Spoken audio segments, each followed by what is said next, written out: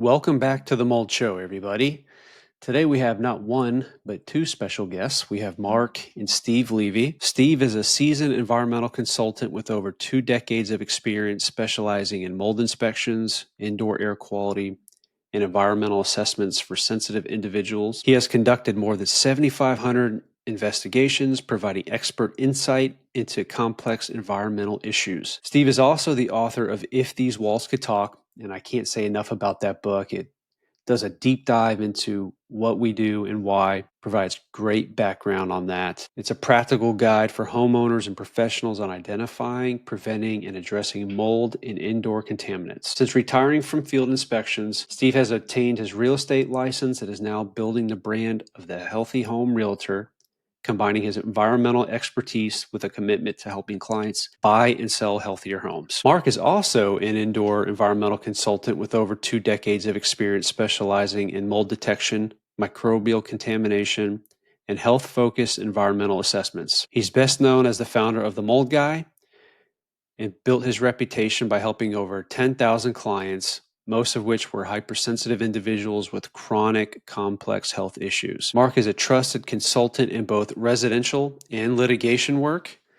Mark has served as an expert witness in over 35 mold-related court cases. He is known for setting a higher standard of care in mold inspections, particularly with clients suffering from mold sensitivity, biotoxin illness, or autoimmune disorders. In addition to field work, Mark has also been active in public education and professional development. He has developed training content on mold sampling and investigation methodologies for industry professionals and has served on the Indoor Air Quality Association and Education Committee. Mark has featured on podcasts and health platforms including Heal Thyself, Dr. Lowe Show, Thyroid Answers, and Healthy Home Hacks, serving his insights on proper mold testing, indoor air quality, and environmental health. Well, that was by far the longest introduction in mold show history. Well, the short mold show history. But that being said, we're super thankful to have Mark and Steve on today. We're very appreciative of their time. We hope you enjoy the conversation.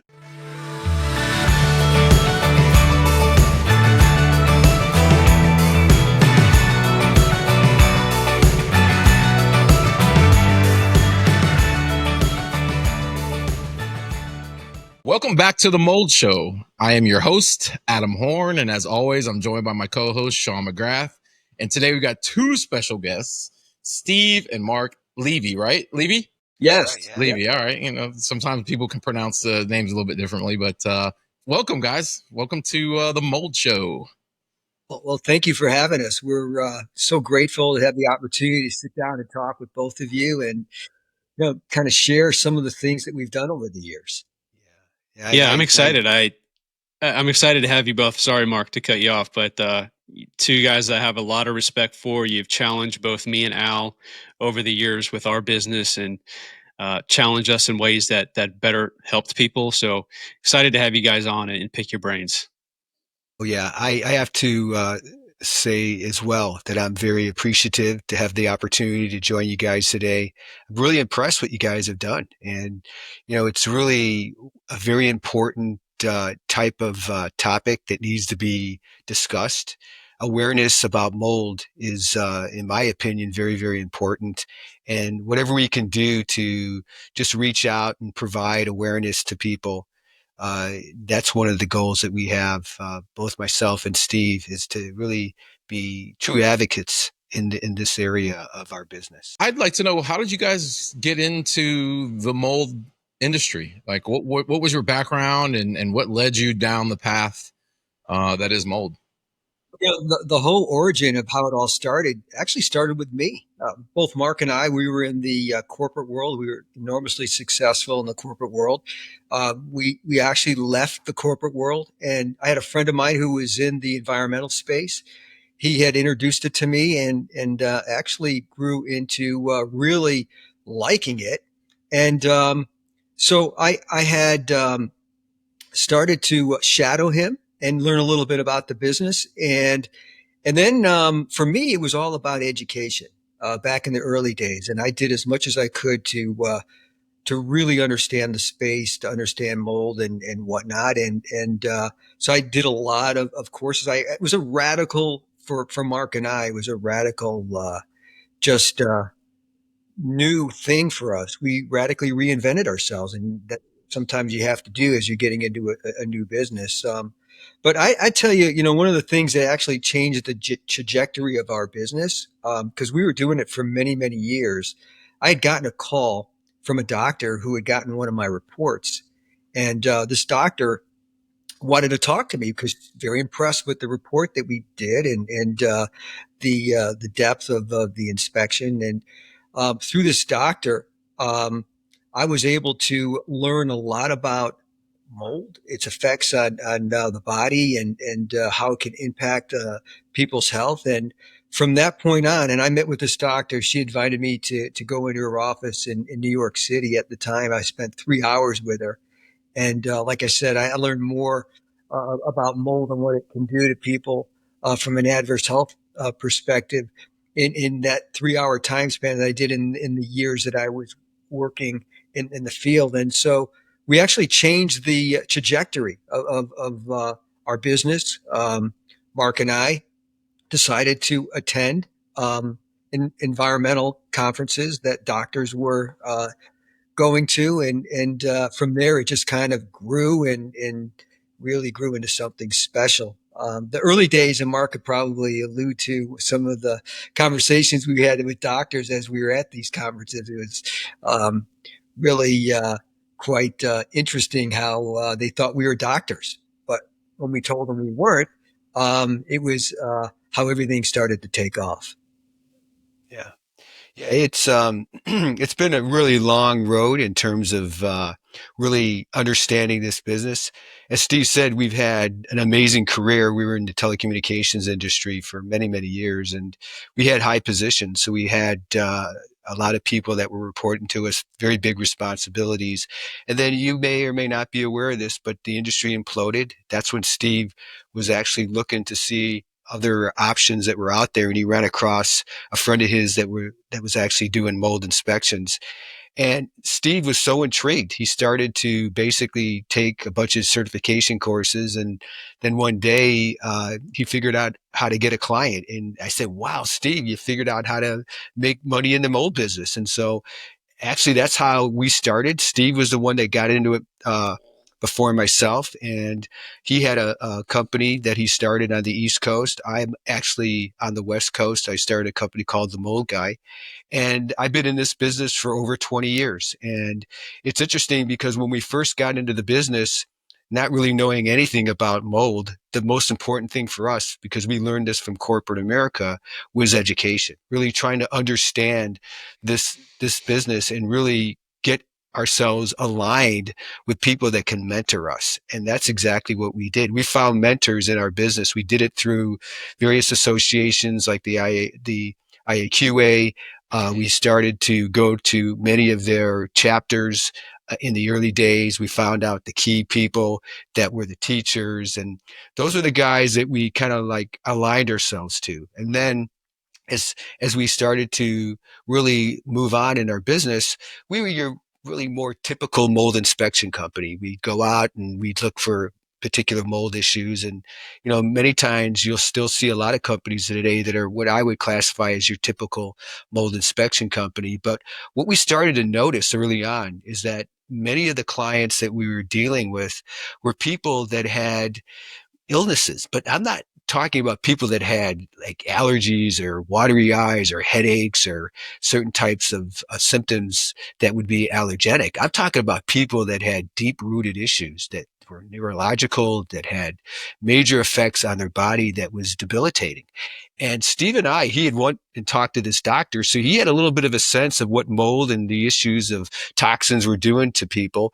But I said, Steve, there's this American Academy of Environmental Medicine that they're holding a workshop on mold and toxicity and what it does to the human body. We should fly there and go and check it out. And that's what we did.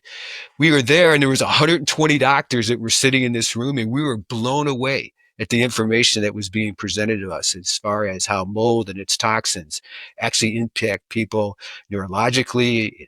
It disrupts the mitochondria of your cellular structure, and it makes people really to a point where they can be very much debilitated. People were being misdiagnosed, being given certain types of medications. And as we were sitting there through the workshop, and then we had the breaks, the doctors would come up to us and say, "So guys, where do you practice your medicine?" And we would say, "Well, we're not doctors." And they go, "Well, what are you doing here?"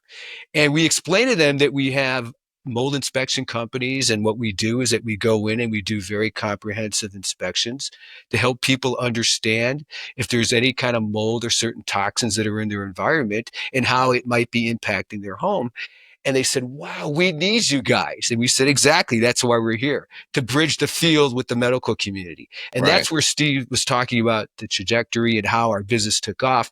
And what we came to realize is that there was a business segment that's out there, and I would say a segment of the population that was underserved. And these are people that are hypersensitive, people that have underlying health issues, and they were underserved to the point that many of the typical mold inspection companies really didn't know and understand how to work with them.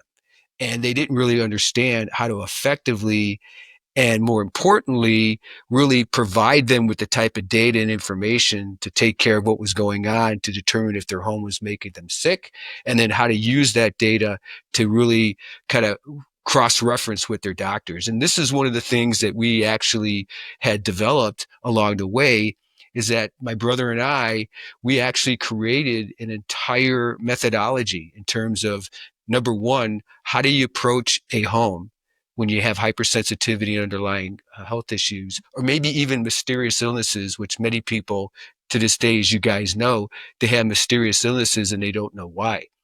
So we created the methodology of the importance of, number one, understanding the building and understanding exactly what was going on from an historical perspective. And then we also would go in and we would look at their place, but we wouldn't spend like 45 minutes or an hour. We spent hours upon hours going through people's homes to determine what was going on based on the information that they provided us. And then based on that information, we would actually create a sampling plan to help determine if there was mold, where it was located, what kind of mold it was, if there was certain toxins, and even to the point where we actually provided them more detail for various types of microbial issues such as bacteria and other indoor contaminants as well. So today, Steve and I, we both have well over 20 years of experience in this business. Most of the customers and clients that we've dealt with are people that have that particular type of condition.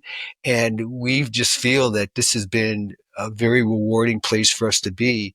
And if we can help people today by providing information of what we learned throughout our years and how we've been able to help people that are in that particular type of condition, I mean, that's a win-win for all of us.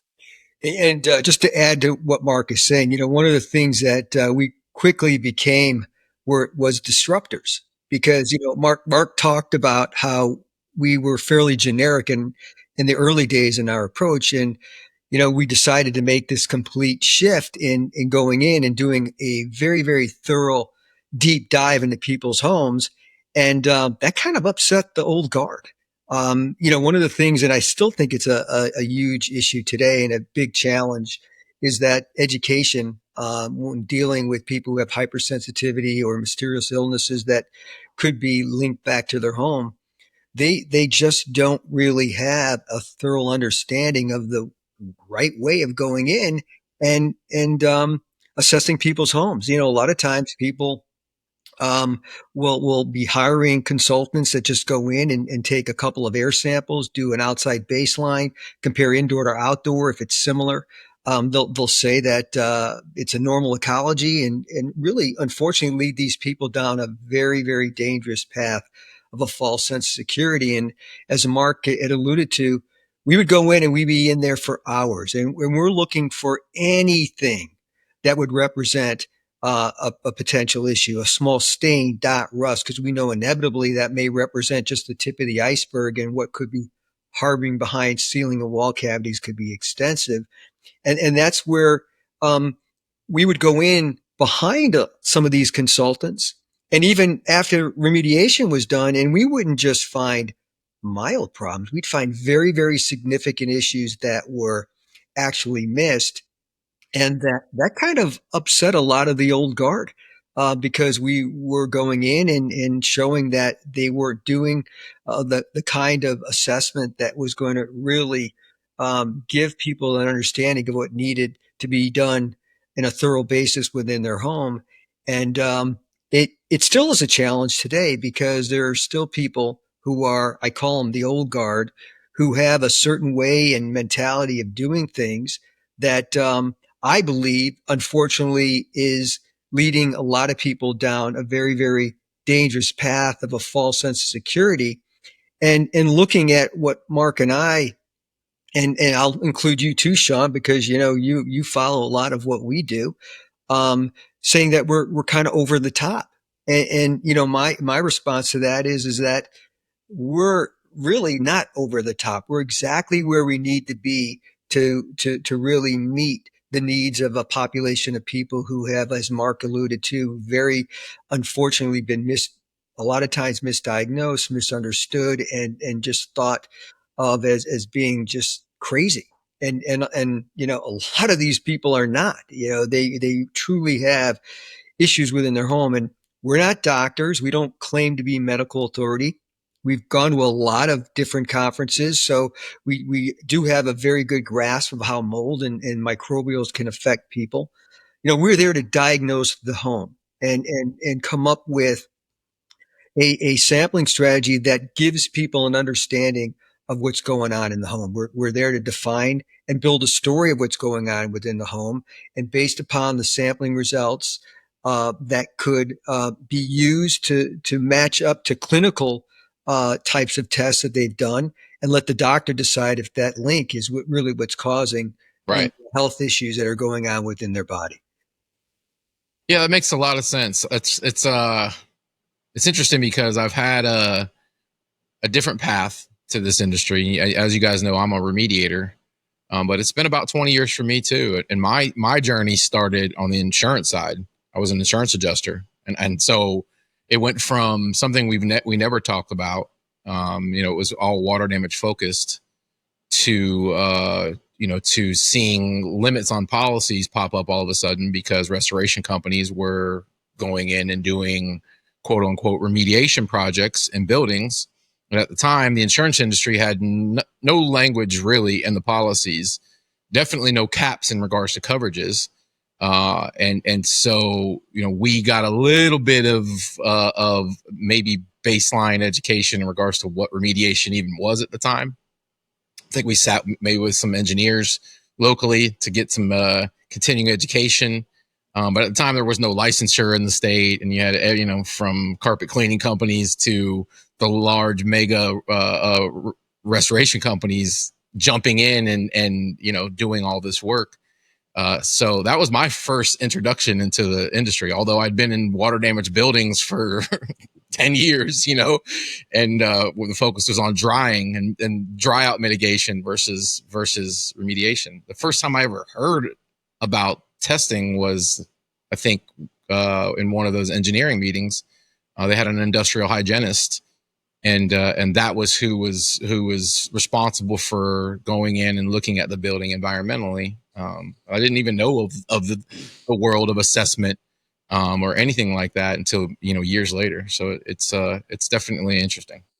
Yeah, to your point, when you talk about water events, I think many people don't really understand the true impact of what a water event could be, right? And so, as we all know, the Inspection Institute for Cleaning Restoration Certification, which is known as the IRCRC, has a couple documents. One document is the S500, that's for restoration, for water issues. The other one is for the S520, which is for mold remediation. And what's really important for people to understand is that a water event, you have to pay very close attention to the type of water loss that you have, because there are different categories of water that could be very much of an issue. And so there's 3 different categories that are defined by the IRCRC, which is in the S500, as well as in the 520. And category 1 would be clean water. Now, that could be, for example, a supply line gets severed and that it starts to migrate throughout the home, whether it be walls or floors or what have you. But I would argue that there's no such thing as a clean water event, because once it hits the floor, it goes through the walls, it's no longer clean. It's actually dirty, which is called gray water, which is category 2. And that actually carries various contaminants that can be of a health consequence. And there's certain types of protocols that are outlined by the IRCRC, that S500, that need to be employed that because of that, right? And many times it doesn't get done. It's overlooked. But the third one is category 3, which is typically some type of sewage loss or groundwater activity or any kind of backflow from a drain line, what have you. Category 3 carries the most grossly contaminated water that you could think of that could be of a serious health consequence. And when it touches certain building material, for example, porous material like drywall or carpeting or certain materials that are porous in nature, as I stated, you can't clean that effectively. In essence, they tell you have to remove it. And I can't tell you how over and over again stuff like this is being overlooked in the environment. And and that's a big concern. And the other thing that people do is that they actually end up looking for the existence of moisture. But see, the existence of moisture really is important, but most of the time when we come in, we're the company that was the third or fourth company that came into their home.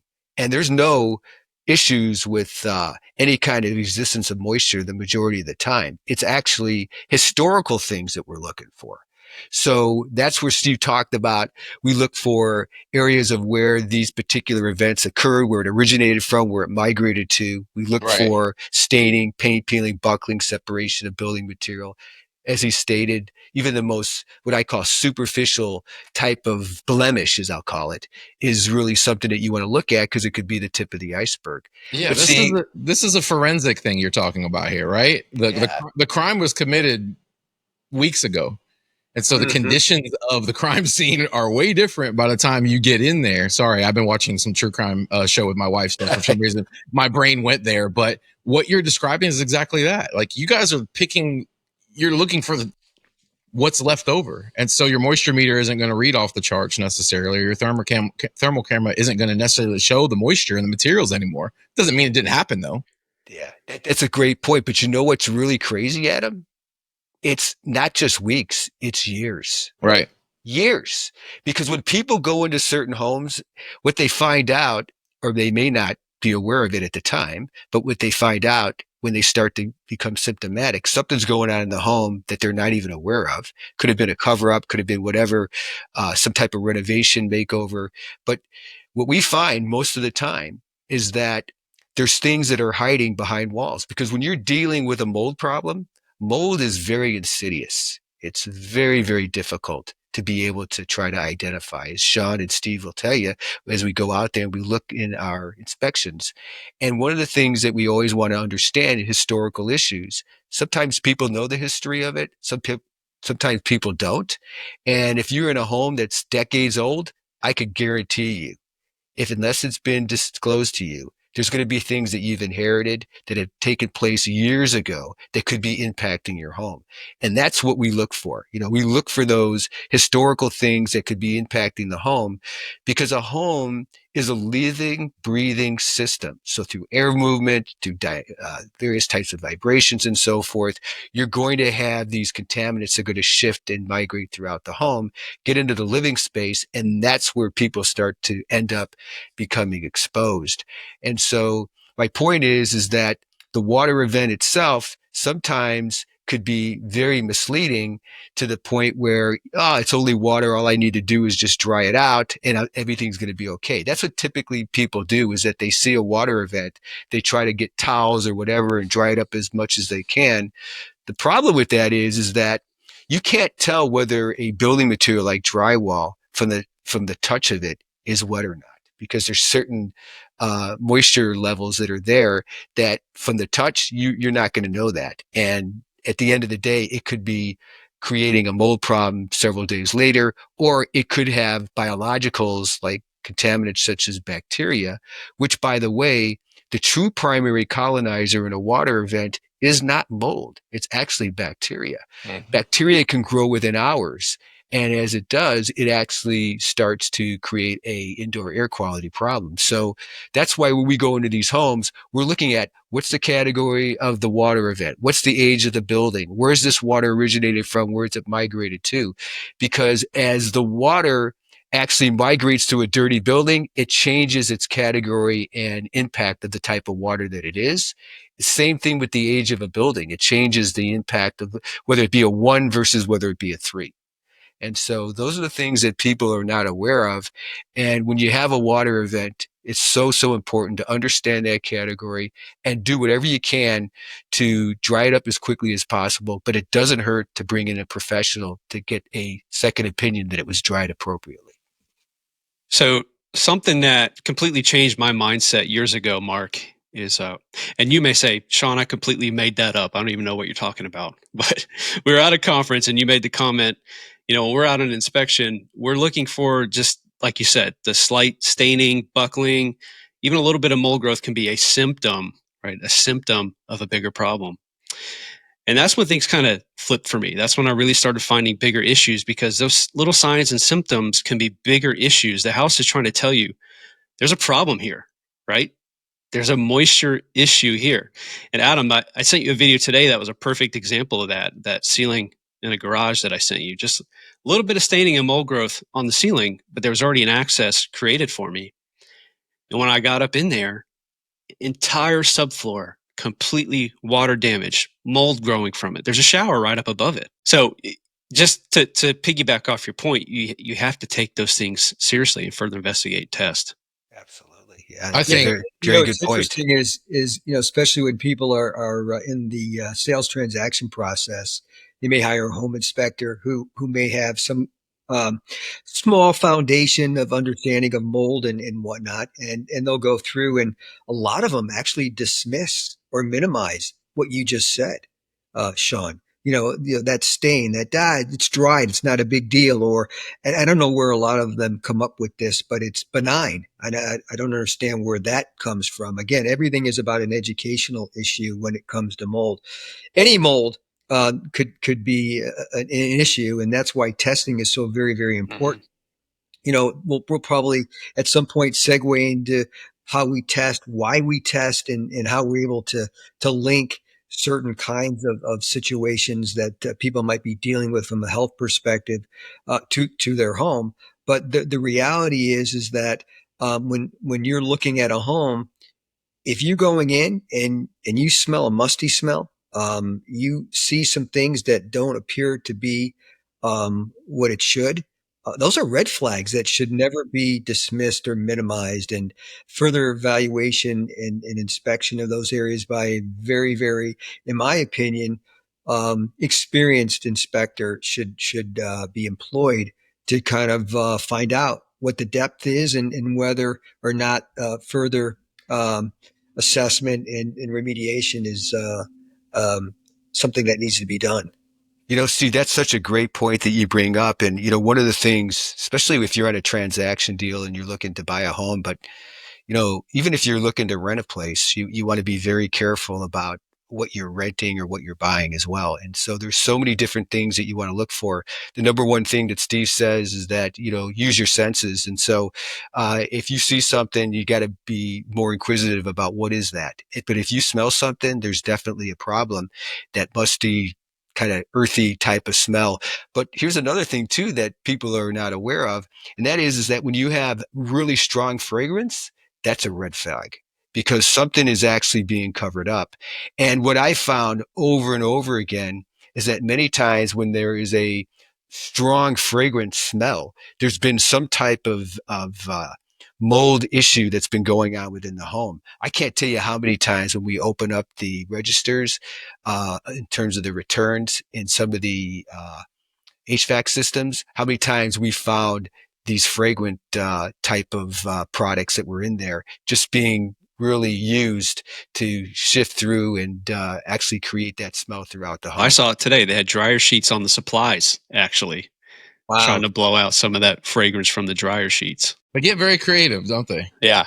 You know, back to what we were talking about as far as like looking for signs and symptoms, you know, and me and Sean have talked about this too in the past. It doesn't take an event, by the way. You guys know from a building science perspective, and here in the humid South, it's really to me probably the worst situation was when humidity ends up going awry, or humidity is mixing with cold air, causing a moisture condition within the walls, within the parts of the building you can't see.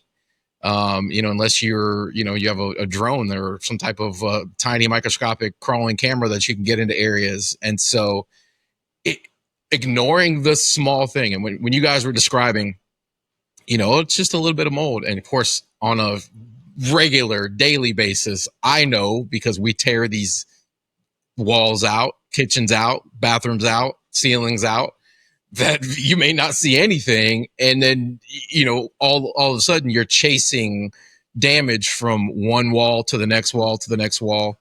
You know, if it's a water event from the ground through capillary action, that moisture can suck up all the way into the ceiling, not even just a foot up on the drywall. And you can't visibly see that. Like you said, you can't touch it and be like, oh, this wall is moist. Without the proper tools, and even with a moisture meter, a lot of times people stop at the base of the wall thinking, oh, okay, this wall is wet. Meanwhile, it's wet all the way to the top. And what I find is, you know, not all walls are created equal. Some walls have stacks of framing around your windows, around your doors, headers over doors. Good luck drying that traditionally without using aggressive drying methods. Throwing a dehumidifier in a room and asking that dehumidifier to dry through the paint, through the drywall, through maybe insulation, and then that saturated, you know, wood that's making up those interior walls. It's, you know, like I said, good luck drying it quick enough to avoid a growth condition. So. You know, Adam, what you bring up is a excellent point, because there's a real science behind drying, and a lot of people don't realize that. So, you know, what happens when you have a water event and you don't have proper drying techniques that are employed, that water evaporates. And if it's not properly dehumidified to, you know, grab that excess moisture out of the air, it's going to get absorbed into structural components, contents, and the molds that start to grow, the early colonizing molds that start to grow that don't require a whole lot of water activity, are the ones you can't even see. They're transparent. And that's where it gets really, really challenging. And, you know, one of the things a lot of people don't really get when they have a water event is that proper restoration needs to happen. There's a science behind bringing in the right amount of dehumidifiers, like you had alluded to, but more importantly, doing the appropriate moisture mapping.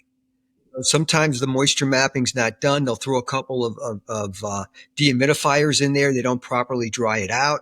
It's evaporating to a point where it's not being able to get appropriately absorbed through these dehumidifiers, and it's creating secondary damage in the home that gets into the walls. I mean, you know, walls in homes are, like Mark said, a living, breathing system. You have, you know, walls are going to look for equilibrium. You know, you get a certain relative humidity and temperature, indoor, outdoor. You know, you're going to get that diffusion of air that comes in through the walls.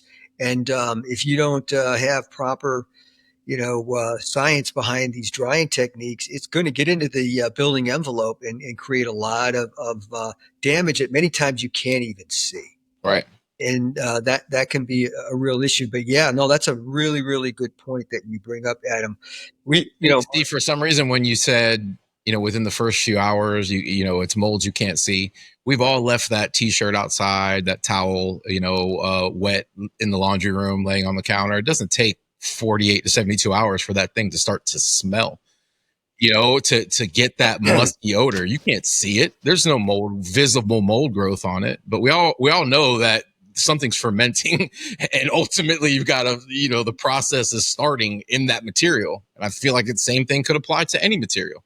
Yeah, no, Absolutely. that's exactly right. And that brings up the point. It's not just mold. It's microbial organisms that are growing. You got the bacteria, you've got, the mold, and they all compete in the environment. And when they compete in the environment, they protect their colonies and their growth. They're going to produce,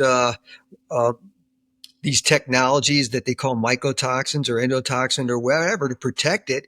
People living in those environment many times are going to get caught in that crossfire. And that's where people who otherwise healthy individual guys that we've come across throughout the years, people who have been the picture of health, they'd go into a home, they'd say, you know what? I was the picture of health until I moved into this house. And all of a sudden I'm just not the same person anymore. I don't know what's going on. And the only thing I could think about, it's got to be this house because I've never had an issue until I moved in. And that's kind of what triggers a light bulb in their mind. Hey, maybe I need to get my home inspected. And those people that unfortunately have those kinds of serious conditions need to have it done in a way that's going to be very, very comprehensive and in depth so that they understand if it's their home or not. Because at the end of the day, we're not going to tell them what's going on in terms of what we find is what's causing their reactions. That's going to be the doctor.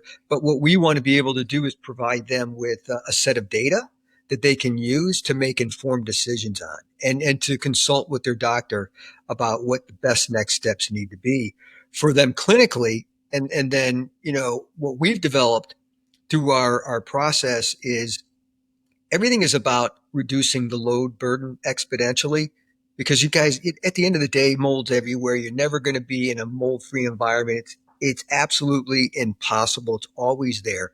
But you can have what's called a normal ecology, an ecology that hopefully can support someone's transformation back to health. And one of the things that we have done and continue to do and when we're out there is to look for those areas that can be the source, because there's two different sources. You've got physical contamination, and then they've got what unfortunately is the dispersion of these spores that settle out that causes the spread of spores as a secondary condition. And what you want to do is understand where those pockets are so that you can key in on them, do the appropriate remediation, remove it, clean throughout the house, and bring that burden down to a point where people can hopefully heal and have a sanctuary that can support their transformation back to health. Why would anybody have a problem with that? What you said that you guys, immediately get negative feedback. Like, why is looking deeper a problem? Well, Steve has a whole chapter, his first chapter of his book about disruptors. I mean, that's how much of a problem it is in our industry. Yeah, that's a great question, Adam. I don't know where it stems from. I think, a lot of it has to do with education. Coming into this field, it's pretty easy to get into the field, but, what's not easy is understanding the concepts and how to apply it to people who really are unfortunately compromised from a health perspective.